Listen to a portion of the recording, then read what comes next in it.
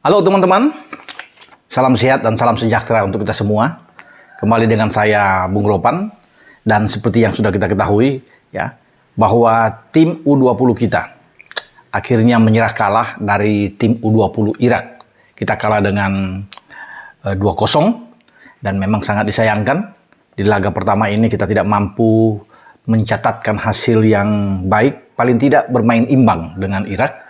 Dan kita harus bisa menerima kenyataan kita kalah. Karena Irak juga seperti dalam video saya kemarin memang sangat berambisi, bertekad untuk menyelesaikan laga pertama mereka itu dengan kemenangan. Karena dengan kemenangan ini akan membuat posisi mereka lebih baik di saat akan mereka menyambut laga berikutnya menghadapi tuan rumah Uzbekistan yang dirasakan itu sangat berat. Dan kalau melihat pertandingan kemarin memang sayangkan bahwa 2 gol dari Irak itu yang masing-masing itu diciptakan oleh Muhammad Jamel ya di menit terakhir, dan kemudian di babak pertama menit 28 oleh Haidar Abdul Karim. Ya, itu semua terjadi lewat permainan skill individu yang sangat cepat untuk masuk ke kotak penalti kita. Walaupun di sana masih ada 4-5 pemain kita, tapi kita sulit untuk bisa mengatasi. Dan di dalam kotak penalti itu cuma ada 2 pemain Irak. Dan akhirnya kombinasi ini membuahkan hasil buat mereka. Terutama bagaimana dengan gol kedua di penghujung laga ya, di injury time 90+5 itu kalau nggak salah. Di saat Irak bahkan sudah bermain dengan 10 pemain. Ketika pemain mereka Karbel Shamon itu diusir ya, dan akhirnya memulai babak kedua mereka dengan 10 pemain. Tapi ketika bermain dengan 10 pemain, serangan-serangan Irak sangat bagus ya. Kemudian bagaimana teknik permainan mereka, skill yang baik sekali, penetrasi, rasa percaya diri mereka masuk ke kotak penalti, dan kita bisa melihat assist dari Abdul Qadir Ayub ya, pemainnya masuk di babak kedua ini sangat bagus sebelum diselesaikan oleh Muhammad Jamel, juga pemainnya masuk di babak kedua. Karena kan gol pertama seperti yang saya katakan diciptakan oleh Haidar Abdul Karim yang memang bermain sejak di babak pertama. Nah, kita lihat komposisi pemain kita ya. Ketika bermain, STY itu menurunkan bukan Cahya Supriyadi, dia memilih Dava Fasya. Nah, di belakang kelihatan bermain dengan seperti dalam tayang langsung dari SDI itu kelihatan sekali ya, 4-1-4-1 memang kelihatan di sini. Ada Zaki Razak, Ferrari, Kakang, ya Arkan, Donitri, kemudian Zaki, Afriantoniko di tengah, Ahmad Maulana, Ronaldo Kuate, dan Hoki Caraka yang bermain. Memang di luar perkiraan saya memikirkan bahwa di 2 back tengah itu akan bermain kalau tidak Muhammad Ferrari, kapten kita, dengan Robbie Darwish atau dengan Marcel yang akan tampil sana. Robbie Darwish bisa saja dimainkan, didorong lebih ke depan dikit untuk sebagai gelandang bertahan ya, yang diperagakan oleh Donitri kemarin. Karena kalau untuk posisi ini saya lebih yakin dengan Robbie Darwish, sehingga ketika mendapat tekanan dari lawan dengan ada kalau 2 back sayap kita sudah maju terlalu ke depan ya, ini masih kuat karena ada 3 pemain kita dengan Ferrari dan Marcel, dan kemudian dengan pemain kita Robbie Darwish ya. Kakang itu jangan bermain ke dalam untuk bermain dengan Ferrari. Lebih bagus dia memang keluar bermain dari sisi bek kanan, mengembalikan posisi dia. Jadi saya memikirkan itu, Kakang akan ke kanan atau bahkan Donitri mungkin ke kiri ya, atau Zaki Ashraf yang akan bermain dari sisi kiri, atau mungkin Frankie Misa yang ada di sana. Tapi memang STI mengubah ini dan memainkan starting line up, termasuk dengan lebih dulu memainkan Afriantoniko. Memang tidak ada Sanadin Faris ya, yang masih bermasalah, sehingga konon kabarnya Sanadin itu dipulangkan atau mungkin tidak dimainkan, belum dipulangkan, sehingga ada pergantian. Brandon Schoenemann itu didatangkan dari Indonesia untuk berangkat ke Tashkent atau ke Uzbekistan untuk menggantikan posisi dari Sanadin Faris yang kemarin memang tidak tampil. Praktis posisi lini tengah itu dimainkan kerja keras oleh Arkan Fikri di sana dan Ahmad Maulana yang bermain di sana. Inilah kelihatan bahwa tidak ada Sanadin, kemudian lebih dulu juga kita tidak ada Marcelino Ferdinand. Memang di tengah ini tidak greget, tidak menggigit sama sekali untuk bertarung menghadapi tim seperti Irak, Ronaldo. Tapi sebenarnya sebelum Irak bisa membuat gol ya, kita masih bisa sebenarnya untuk unggul lebih dulu.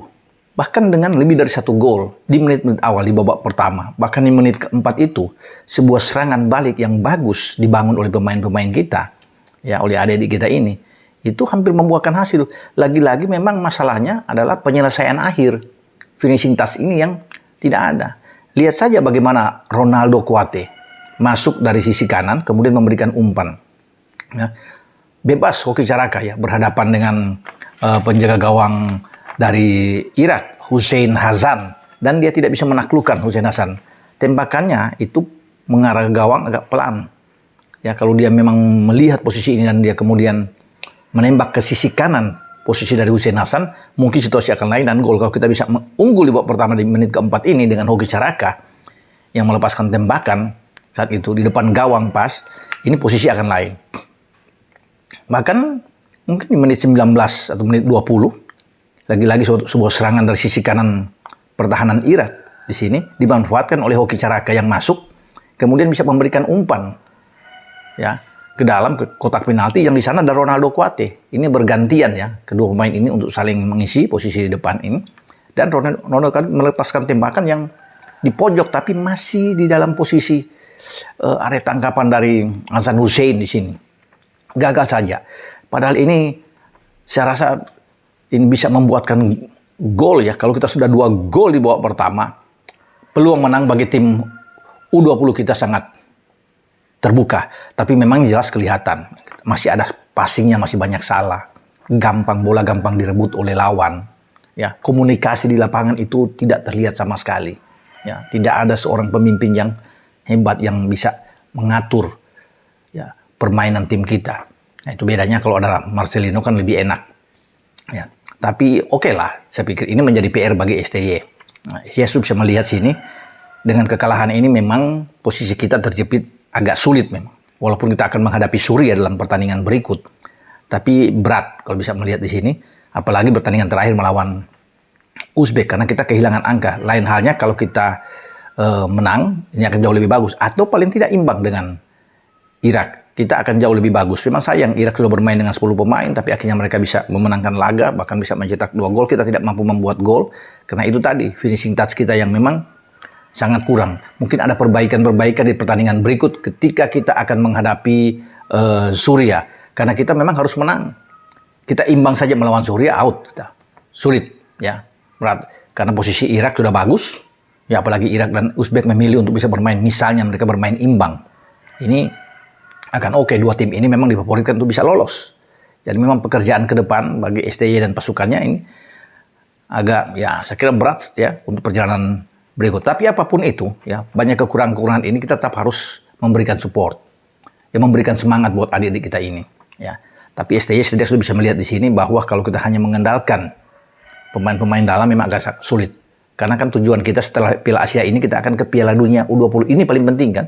Targetnya ada di sini. Kalau dengan materi seperti ini, berat, susah untuk bersaing di Piala Dunia. Makanya memang butuh bagi STY untuk bisa menambah kekuatan ini. Mungkin ada 3-4 pemain yang naturalisasi yang bagus untuk bisa bermain di Piala Dunia. Karena kalau mengandalkan materi ini, kita tidak akan bisa lolos. Keluar dari grup saja agak berat, ya, sesuai dengan target yang ada. Karena memang banyak kelihatan kemarin melawan Irak ini kekurangan kita. Dan kita harus bisa mengambil hikmah dari pertandingan ini ya untuk bisa ke depan untuk jauh lebih baik. Irak itu bagi Emat Muhammad walaupun dia menaruh respek yang tinggi terhadap permainan tim Indonesia, dia memainkan dengan formasi yang lebih menyerang 4-3-3 dia. Ya untung saja mereka tidak bisa menambah gol karena kan itu mereka masih bisa dapat penalti sebenarnya. Sayang kapten kesebelasan mereka ya Abdur Razak Gazim tidak bisa menyelesaikan penalti ini dengan sempurna. Bolanya yang ditembakkan ke sisi kiri, Dafa Fasya itu agak ya melebar. Kalau enggak mereka akan mendapatkan 3-0 melawan kita. Nah terlepas dari itu pun saya harus respect memberikan ancungan jempol terhadap penjaga gawang kita. Ya, Dafa ini bermain bagus. Setidaknya ada 3 bahkan 4 kali penyelamatan yang dilakukan oleh Dafa. Karena permainan yang kuat dari Irak, kalau dia tidak tampil cemerlang juga mungkin lebih dari 2 gol. Ya. Yang akan diciptakan oleh pemain-pemain Irak, tapi dia melakukan penyelamatan gemilang. Jadi secara keseluruhan saya pikir oke ya penampilan dari Dafa walaupun bobol 2 kali. Tinggal mungkin sekarang bagi STY melihat formasi pemain yang lebih pas untuk dimainkan. Ya itu saya bilang tadi memang agak di luar dugaan ya bahwa agak mengubah permainan. Rabani kan masuk di babak kedua. Juga gol pertama itu lepas ya bagaimana Hugo Samir yang masuk, kemudian gol keduanya lepas dari Hugo Samir, salah antisipasi sehingga bola bisa masuk ya, direbut oleh lawan. Saya kira sudah ada catatan-catatan penting bagi STY untuk melihat kelemahan-kelemahan kita dan mengubahnya sampai di pertandingan melawan Suriah. Karena kalau bicara soal Irak ini memang tim yang oke, mereka kalau nggak salah pernah menjadi juara 5 kali ya, kalau nggak salah di ajang U20 ini, bahkan pelatih mereka Emad Muhammad pernah merasakan itu dengan menjadi juara di ajang ini. Dan mereka tampil, selain itu mereka masih punya Abbas Mahni yang bermain bagus di belakang, Muslim Mauza di samping kapten ke-11 mereka Abdul Razak Kazim, kemudian ada Adam Razid, ada Ali Jasim di tengah yang bisa mengatur permainan dengan baik, Kadim Rat Hatim, ya, Haidar Abdul Karim yang membuat gol pertama. Kemudian di depan juga mereka punya Sajjad Muhammad Mahdi, Abbas Fadil ya, dan Charbel Salomon sebelum pemain yang bermain di Western United di Australia ini diusir keluar. Tapi itulah kedalaman skuad dari Irak. Saya pikir ini oke ya, pergantian pemain yang masuk baik sekali, termasuk yang mencetak gol kedua mereka Muhammad Jamel, dan juga pemain pengganti lainnya Abdul Qadir Ayub yang tampil oke dalam pertandingan ini. Jadi bagi pemain-pemain kita tetap semangat ya, jangan langsung semangat mental langsung down dengan kekalahan melawan Irak, karena kita harus mengalihkan fokus, lupakan dengan Irak ya. Tentunya kita harus bisa meningkatkan performa kita di saat akan bertarung menghadapi Suriah, karena ini paling penting. Kita harus bisa fokus benar-benar dan mendapatkan angka melawan Suriah sebelum menghadapi pertandingan berat melawan tuan rumah Uzbekistan. Oke, sekali lagi tetap semangat ya buat Muhammad Ferrari dan kawan-kawan. Sampai di sini saya Bung Ropan. Ciao.